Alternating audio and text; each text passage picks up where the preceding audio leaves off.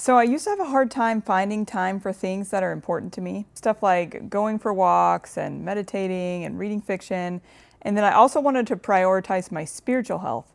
And so I was having a hard time being consistent with scripture study and prayer.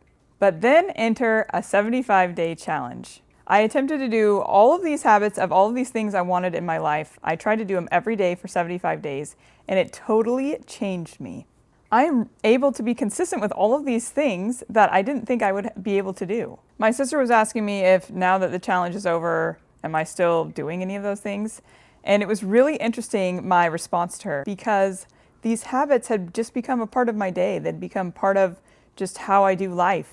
I figured out when's the best time to say my prayers in the morning, when's the best time to meditate, when's the best time to read my scriptures, when is the best time to take a walk, and when does it make sense to read fiction. So I still do miss days sometimes on each of those habits, but it's part of my life now. I just know that these are things that I do. And it didn't even occur to me to wonder, am I going to keep doing these things now that my challenge is over? Because it was just part of how my life is structured now. So trying to challenge myself to start some new habits and do it consistently for 75 days was super helpful for me. And so this month, I'm actually starting a new challenge where I'm going to try and add some more positive habits to my life.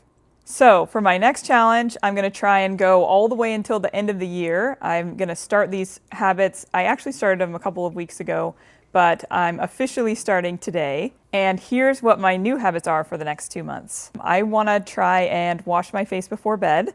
I want to say a kneeling prayer before I go to bed. I also want to look for gratitude each day. At the end of the day, I want to have 3 things that I'm grateful for. I also want to track my spending each week. And then I want to look for opportunities to sacrifice throughout the week. And then also once a week, I want to have a deep scripture study where I have an hour-long session where I can study my scriptures. So those are my habits. I'm super excited about them. I'll tell you a little bit about why I picked each of them. So wash my face before bed. That is obviously a great thing to do for your hygiene, and it's something that I have fallen out of the habit of.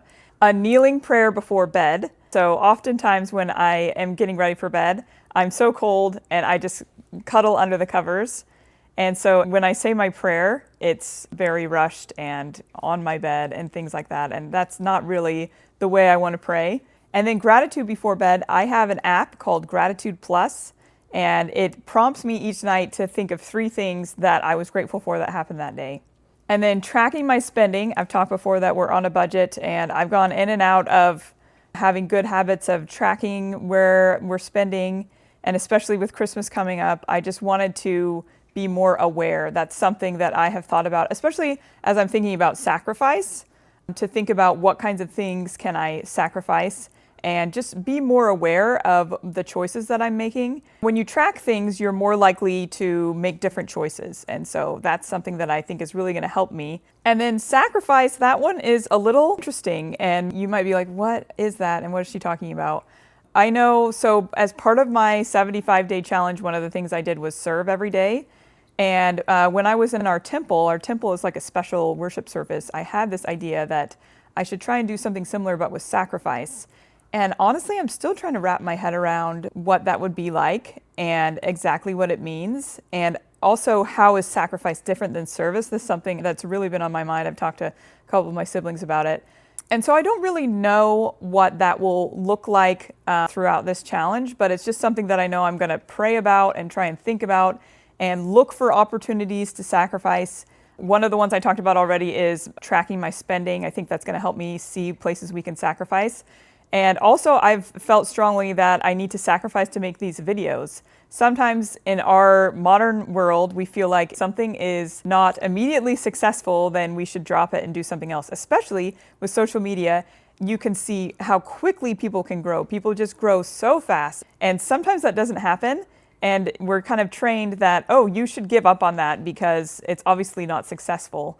And just one thing I've been feeling is, even if it's not successful, this is something you need to sacrifice and make time for. And you don't really know all of what's going to happen by doing something. And so you need to not limit yourself, and you need to be willing to make some sacrifices for stuff that maybe is not successful. And then lastly, I really wanted to make time to do some scripture study. I have started reading my scriptures every single day, but maybe studying is something that I don't have the habit of, but I think I don't want to give up the habit of reading every day because that's been super helpful to me. And as a busy mom, I know some days it's going to be difficult to find time to study. But one of the things that I think would be super helpful is to plan out some time to study each week, just so I feel like I'm able to go a little bit more in depth than just the reading that I do each day. And so I was talking to my sister about this, and I was like, I've been trying to do this already, but some of these habits I've been having a hard time with. And I said, I can't figure out when it's a habit that you only do once a week, how does that work? And one of the ideas she gave me was you should write it into your schedule. And I thought that's a really good idea. So I'm going to try and do that and schedule it out so that I am studying my scriptures. I have a planned out time to study my scriptures once a week. So how long does it even take to start a habit? I looked up some of the research that they've done about forming new habits, and this is what they have to say. It takes an average of 66 days to create a habit, but it can vary anywhere from 18, it says, to 254 days. And it all depends on the complexity of the habit that you're trying to incorporate into your life. And so that's why I think my 75-day challenge really worked, and it made a huge difference in the things that I do every day, is because it was over that 66-day average. And I think also the habits I was trying to implement weren't super challenging. They were just a little bit harder than what I was already doing. Because one of the things they said is something simple like learning to drink water with every meal, that is going to be quicker, but maybe something more complex like trying to go to the gym regularly, that's going to take more like 2 months for that habit to stick. And so I'm excited about this new length of time that I have. I don't know exactly how many days it is, but it's more than half of November and then all of December, so about a month and a half. And I think that's going to be great to challenge me to start doing these habits. And it is, I've been trying to, the first part of my nightly routine is washing my face. And sometimes it's like, oh, I really don't want to, and I'm really tired. But I just tell myself, I'm like, well, just do it, just try it. And especially when you have a challenge where you're like, I know I only have to do it for this many days, that really helps your brain, where you're just like, I'm not agreeing to this for my lifetime. I'm just agreeing to try this. And so you're able to do it. You're able to accomplish some of these things that are important to you. So why does it make a difference to try and do a habit every day? I loved what it says here. It says you should try to do a new habit every day to build consistent repetition, which strengthens the neural pathways that make a behavior a default action. And so it's a lot harder to start a habit that's only a couple days a week or something like that. That's why I was having such a hard time trying to figure out how to make scripture study work, because it wasn't something I was going to be doing every single day.